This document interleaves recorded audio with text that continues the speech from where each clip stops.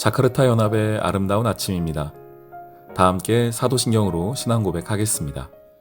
전능하사 천지를 만드신 하나님 아버지를 내가 믿사오며 그 외아들 우리 주 예수 그리스도를 믿사오니 이는 성령으로 잉태하사 동정녀 마리아에게 나시고 본디오 빌라도에게 고난을 받으사 십자가에 못 박혀 죽으시고 장사한 지 사흘 만에 죽은 자 가운데서 다시 살아나시며 하늘에 오르사 전능하신 하나님 우편에 앉아 계시다가 저리로서 산자와 죽은 자를 심판하러 오시리라.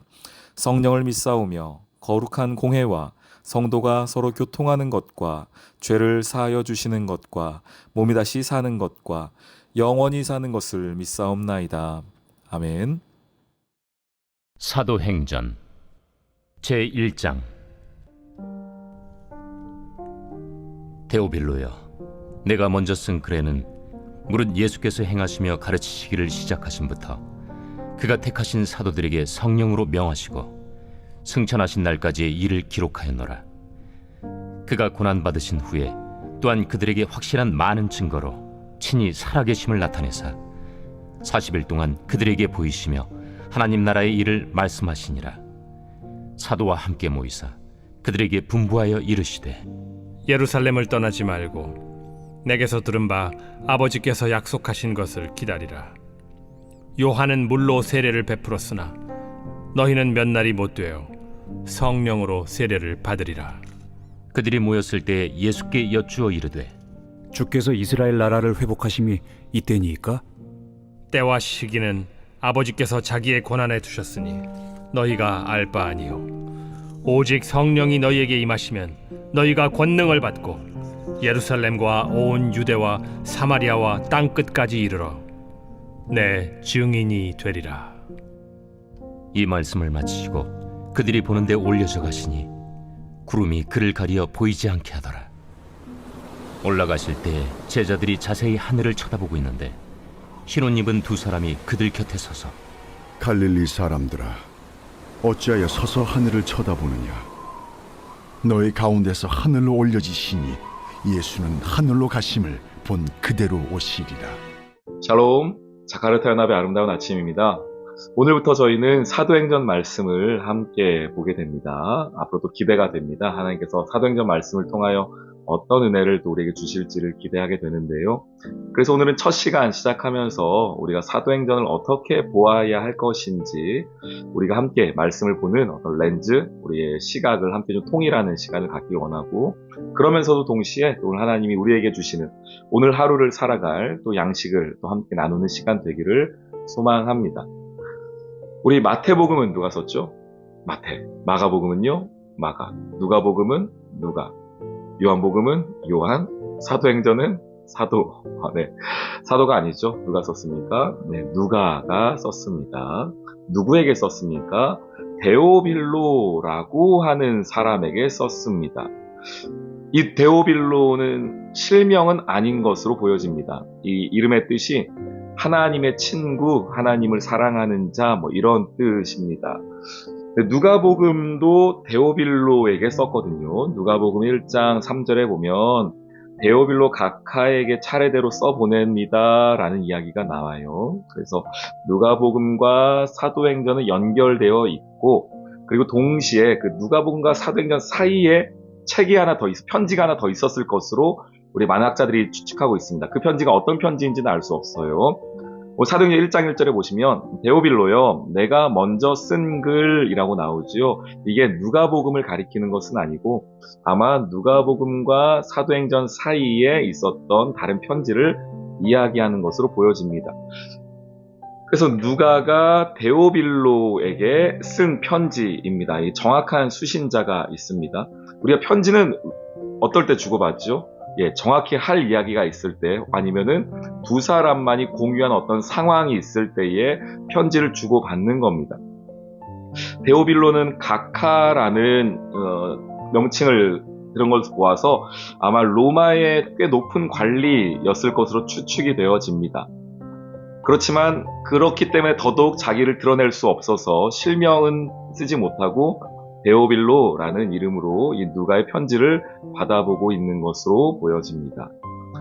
오늘 사도행전을 쓴 이유가 뭡니까? 2절부터 말하죠. 예수님 가르치시기 시작하신부터 승천하신 날까지의 기록이 그 앞에 있었고, 그 이후에 이 많은 증거들과 동시에 성령에 대한 예언이 있었은 것을 이야기하고 있습니다. 사도행전에서 가장 중요한 우리가 보아야 할 이 관점은, 또 우리가 이 렌즈를 하나 딱 끼고 사도행전을 본다고 한다면 바로 여러분 성령이 되겠습니다. 성령. 또 사도행전은 사도들의 이야기가 아니라 성령의 이야기입니다. 성령이 어떻게 행하시는가. 그런데 성령이 직접 나타나시지 않죠. 사람을 통해 일하십니다. 그래서 사도들에게 하나님께서 성령을 부어주시며 하나님의 일을 감당하게 하시고, 그 이후에는 또 7 집사들에게, 그러니까 12 제자, 그리고 7 집사, 빌립으로 또 스데반으로 보여지는 이야기가 등장하고, 그리고 그 이후에는 우리가 아는 바울 이야기가 등장을 합니다. 물론 바울의 이야기가 이 8장, 7장 이후 8장부터 쭉 등장하니까 바울이 가장 중요한 인물이고 사도행전의 주인공 같아 보이지만 바울은 주인공이 아닙니다. 바울을 바울 되게 하신 분, 제자들을 제자들 되게 하신 분, 스데반을 스데반 되게 하신 분이 누굽니까? 예, 바로 성령님이십니다. 그래서 사도행전의 주인공은 성령님이시다. 성령의 역사다. 이렇게 보시는 게 좋겠습니다. 그렇기 때문에 5절 볼까요? 요한은 물로 세례를 베풀었으나 너희는 몇 날이 못되어 성령으로 세례를 받으리라고 예수님이 말씀하셨다는 거예요. 그리고 그 약속대로 성령을 받는 이야기가 이 2장부터 바로 등장하지 않습니까? 그런데 예수님이 왜 성령을 주십니까? 6절 말씀입니다. 그들이 모였을 때 예수께 여쭈어 이르되 주께서 이스라엘 나라를 회복하심이 이때니까 이르시되 때와 시기는 아버지께서 자기의 권한에 두셨으니 너희가 알 바가 아니요. 다만 우리가 신경 써라. 제자들이 신경 써야 할 것은 있습니다. 8절.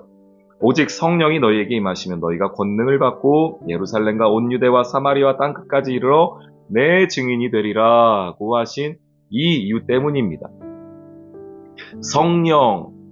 성령께서, 사도행전의 내용은 성령께서 하나님의 복음을, 하나님의 나라를 확장해 가는 것입니다. 어디서부터 시작합니까? 예루살렘, 유대, 사마리아, 땅끝이라고 말하는 복음의 확장성을 이야기합니다. 누가 합니까?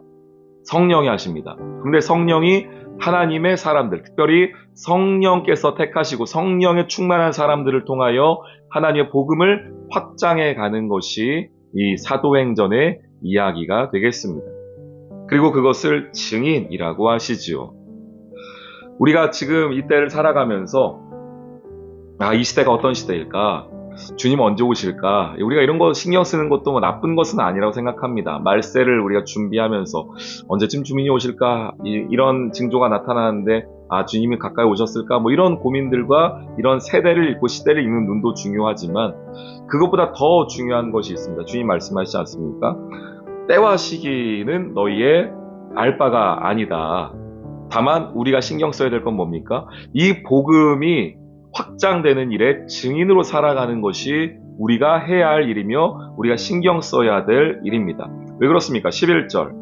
갈릴리 사람들은 어찌하여 서서 하늘을 쳐다보느냐? 너희 가운데서 하늘로 올려지신 이 예수는 하늘로 가심을 본 그대로 오시리라. 예수님께서 다시 오실 것이거든요. 그리고 그때에는 하나님의 그 놀라운 왕권을 가지고 이 땅의 왕으로, 심판자로 다시 이 땅에 오셔서 이 나라를 다스리게 될 것입니다. 그때에 그 심판자이신 예수 그리스도 앞에 설 수 있는 자가 누굽니까?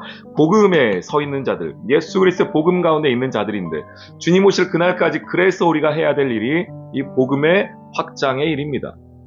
선교이며 전도이며 동시에 내 스스로가 증인으로 살아가는 일입니다. 멀리 나아가 전하지 못하더라도 오늘 나의 삶의 자리 가운데에 증인으로 살아가는 것입니다. 그런데 그 증인이 어떻게 되는가?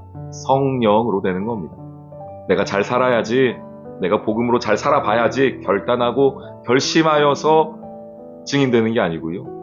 성령이 너희에게 임하시면 우리가 제자가 되는 것입니다. 증인이 되는 것입니다. 오늘 여러분들 새롭게 시작한 이 사도행전 말씀을 붙잡고 증인으로 살아가는 여러분 되기를 소망합니다. 동시에 여러분이 어떠한 일을 하고 계시든지 간에 주님의 복음 확장을 위하여 하나님 나라를 선포하고 증거하는 일에 여러분들이 쓰임받기를 소망합니다. 어떤 이는 회사에서, 어떤 이는 가정에서, 학생은 학생으로, 또 목회자는 목회자의 그 자리에서 하나님의 나라를 위하여, 복음을 위하여 그 복음을 확장하는 그 일에 증인이요 제자로 살아가는 것이 이 사도행전을 읽는 우리가 깨달아야 될 말씀입니다. 오늘 하루 하나님의 증인으로 사는 여러분 되기를 소망합니다. 사도행전 속에 나오는 그 성령 충만함의 역사를 말미암아 하나님의 증인으로 살아갈 수 있는 오늘 이 하루 되시기를 주님의 이름으로 축원합니다. 아멘. 오늘의 기도. 약속을 지키시는 하나님, 성령을 보내시겠다 말씀하신 그 약속대로 우리에게 성령을 보내주시고 교회를 시작하게 하시니 참으로 감사합니다. 이제는 주께서 주신 사명과 소명에 합당한 삶이 되기를 소망합니다. 복음이 전파되는 그 자리에 증인으로 살아가게 해주세요. 예수님의 이름으로 기도합니다. 아멘.